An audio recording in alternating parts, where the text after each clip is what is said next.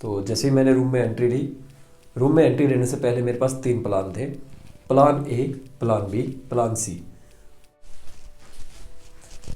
Hello दोस्तों, मैं आप सभी का अपना दोस्त केशव पाहवा एक बार फिर से स्वागत करता हूं आपका अपने ही प्लेटफॉर्म डिफरेंट सोच पर। आज का थंबनेल देखकर आप लोग समझ ही गए होंगे कि ये वीडियो इंटरव्यू पर बेस्ड होने वाली है। जी हाँ, मेरा पर्सनल इंटरव्यू एक्सपीरियंस आज मैं आप सभी के साथ शेयर करने वाला हूँ। How I scored 80+ marks out of 100 in very easy steps. जी हाँ दोस्तों, मेरे इंटरव्यू में 80+ मार्क्स आए हैं, जिसकी बदौलत मुझे ऑफिसर की जॉब मिली। तो आज मैं आप सभी के साथ वही एक्सपीरियंस शेयर करने वाला हूँ। तो चलिए शुरू करते हैं बिना देर किए। तो चलिए दोस्तों, अब अपने इमेजिनेशन के स्विच को कीजिए ऑन और मेरे साथ मज़ा लीजिए मेरे लाइव इंटरव्यू का। तो मेरे इंटरव्यू का जो टाइम था वो शेड्यूल्ड था सुबह 9 बजे के लिए, पर मेरी बारी आई जाकर दोपहर 2 बजे। तो जैसे ही मैंने रूम में एंट्री लेने से पहले मेरे पास 3 प्लान थे। Plan A, plan B, plan C. Plan A जो हर बच्चे के पास होता है कि वो इंटरव्यू में जाएगा और इंटरव्यूअर जाते ही उससे उसका इंट्रोडक्शन मांगेंगे या उससे पूछेंगे उसने क्या स्टडीज़ की या उसकी हॉबीज़ के बारे में कुछ भी। तो मैं भी प्लान ए को पूरा रेडी करके ही गया था। मेरे पास मेरा अच्छा सा इंट्रो तैयार था, मेरी स्टडीज़, मेरी क्वालिफ़िकेशन, उसके बाद मेरे पास हॉबीज़ थी, कुछ मेरे इंटरेस्ट थे एंड मेरी स्ट्रेंथ्स थी। बट आप लोग समझ सकते हैं मेरे साथ क्या हुआ होगा। इंटरव्यूअर ने जाते ही मुझसे पूछा, केशव जी, मेरा नाम पहले ही ले लिया, मेरी स्टडीज़ उन्होंने बता दी कि आपने MBA फाइनेंस किया है। उसके बाद मेरे पास बताने के लिए कुछ बचा नहीं था, तो उन्होंने इंटरव्यू ही एक अलग लेवल पे शुरू किया। तो अब मैं फंस चुका था। अब मेरे पास था प्लान बी। प्लान बी में मेरे पास क्या था, मैंने पहले से ही डिसाइड किया था अगर ऐसा होता है तो मैं अपनी तरफ से इंटरव्यूअर्स को कुछ ऐसे क्लूज़ फेंकूंगा कि वो मेरी ही बातें मुझसे ही आंसर मांगने लगेगा। तो मैंने पहला क्लू फेंका कि सर, मैं एक हिस्टोरिकल सिटी से बिलोंग करता हूँ, मैं एक ऐतिहासिक नगरी से आता हूँ जो कि बहुत विख्यात है इस देश में। फिर उन्होंने मुझसे पूछा कि तो आप बताइए कि वो ऐतिहासिक कैसे है। बस यही मैं चाहता था कि वो लोग मुझसे वही क्वेश्चन करें जो मेरे पास ऑलरेडी तैयार है। तो मेरा प्लान भी मुझे कामयाब होता दिखने लगा। इंटरव्यूअर ने मुझसे पूछा कि आप हमें बता सकते हैं कि इसके अलावा आपके जो इंटरेस्ट है MBA फाइनेंस जो आपने किया, उसमें आपके पास फाइनेंस से रिलेटेड काफ़ी ज़्यादा चीज़ें रही होंगी, तो आप हमें बताइए इंडेमनिटी बॉन्ड और गारंटी के अंदर क्या डिफरेंस है। ये भी एक क्वेश्चन था। तो ये मेरी ही फील्ड का था, तो मुझे इसका अच्छे से आइडिया भी था। मैंने इसको अच्छे से एक्सप्लेन किया तो उन लोगों ने कहा वेरी गुड, आप बहुत सही कह रहे हैं, ऐसा ही होता है। फिर उन्होंने मेरे पास कुछ प्लस माइनस से क्वेश्चंस फेंके जो कि थोड़ा सा ट्रिकी हो रहे थे, पर मैंने उनको संभालने की कोशिश की। अगर वो क्वेश्चन मुझसे ना संभलते तो मेरे पास फिर प्लान सी था।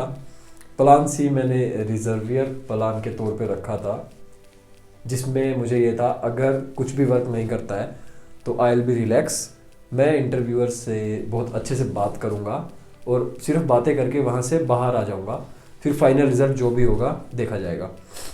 पर प्लान बी के अंदर मेरा कम्प्लीटली फोकस था और उस समय उन्होंने मुझसे पूछा कि यार अब आप बताएं कि ब्रेक इवन एनालिसिस जो है वो क्या रहता है या उसके बारे में आप क्या जानते हैं। तो मैंने उनसे थोड़ा सा मजाक करने के लिए बोला कि सर, लाइफ में ब्रेक इवन एनालिसिस एक ऐसा पॉइंट है जहां मेरे पास ना तो कुछ खोने के लिए है और ना ही बहुत ज़्यादा कुछ पाने के लिए है, मैं एकदम सा न्यूट्रल रह रहा हूँ। तो उन्होंने कहा देखिए, हमने आपसे लाइफ के बारे में नहीं पूछा है, डोंट डिस्ट्रैक्ट अस। उन्होंने थोड़ा सा स्ट्रिक्टली ऐसा मुझे दिखाया कि जैसे वो लोग मुझे गुस्सा कर रहे हैं ताकि मैं कुछ नर्वस हो जाऊं। बट इंटरव्यूअर्स ऑलवेज ऐसा दिखाएंगे, वो हमेशा आपके पेशेंस को छीनना चाहते हैं। बट आपको ये ध्यान रखना है कि आप अपने पॉइंट से ना भटके। तो मुझे पता था।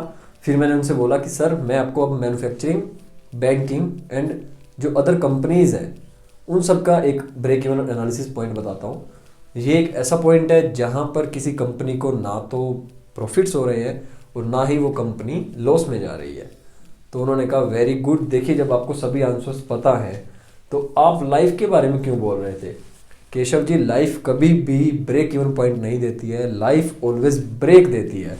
ये उनका आंसर था एक मेरे पास, जो कि मैंने बहुत ही स्माइल करते हुए इस आंसर को एक्सेप्ट किया और मैंने कहा हाँ सर बिल्कुल, आप बहुत अच्छा बोल रहे हैं, आप सही कह रहे हैं, लाइफ में ब्रेक्स मिलते ही मिलते हैं। तो उन्होंने फिर मुझसे पूछा कि आप अगर अगर हम आपको ज्वाइन करवा देते हैं तो आप कैसे अपनी ड्यूटीज़ जो है हमारे अंडर परफॉर्म कर पाएंगे, आपके तो विचार जो हैं थोड़े से खुले हैं, तो क्या आप अपने आप को एडजस्ट कर पाएंगे।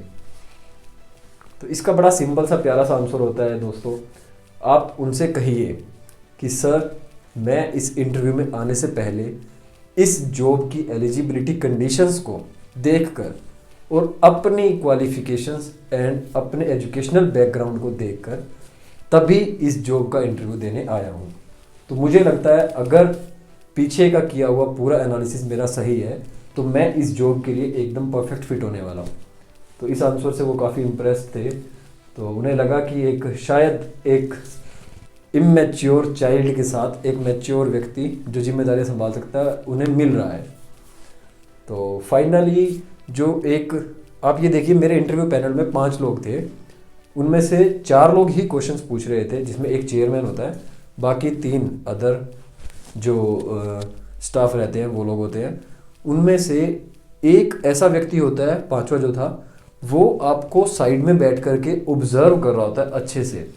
उसकी ऑब्जर्वेशन पावर्स को आप कम मत समझिएगा, वो बिल्कुल एक टक आपको ऐसे देख रहा होता है, पैरों से लेकर के और सिर तक पूरा, कि आपकी हैंड मूवमेंट कैसी है, आपके जो फेशियल एक्सप्रेशंस है कैसे है, बॉडी लैंग्वेज कैसी है, आप नर्वस तो नहीं हो रहे हैं, आप कांप तो नहीं रहे हैं, आपकी जो वॉल्यूम की पिच है वो हर एक चीज़ पे नोटिस कर रहा होता है कि आप किस तरीके से एक ऑर्गेनाइजेशन के लोगों के सामने बिहेव कर सकते हैं।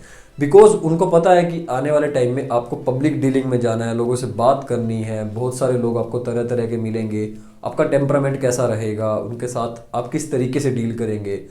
तो अब आप में से जिन लोगों का भी इंटरव्यू है या इन फ्यूचर वो कभी देने वाले हैं, तो मेरी आप सभी से एक ही एडवाइस है, आप लोग हमेशा अपने आप को जिस भी इंटरव्यू के लिए प्रेजेंट करने वाले हैं उस फील्ड का ऑफिसर होता है, चाहे उस फील्ड में कोई मैनेजमेंट या कोई मैनेजर है या कोई भी जिस भी पोस्ट के लिए आप जाने वाले हैं, आप ऑलरेडी अपने आप को उसकी तरह उसके हिसाब से डेवलप करें, ताकि अगर जैसे मुझे पता था मेरा इंटरव्यू अगर ऑफिसर के लिए है तो I was behaving like an officer, क्योंकि मुझे वहाँ पर बिल्कुल प्यार से लोगों से बात करनी पड़ेगी।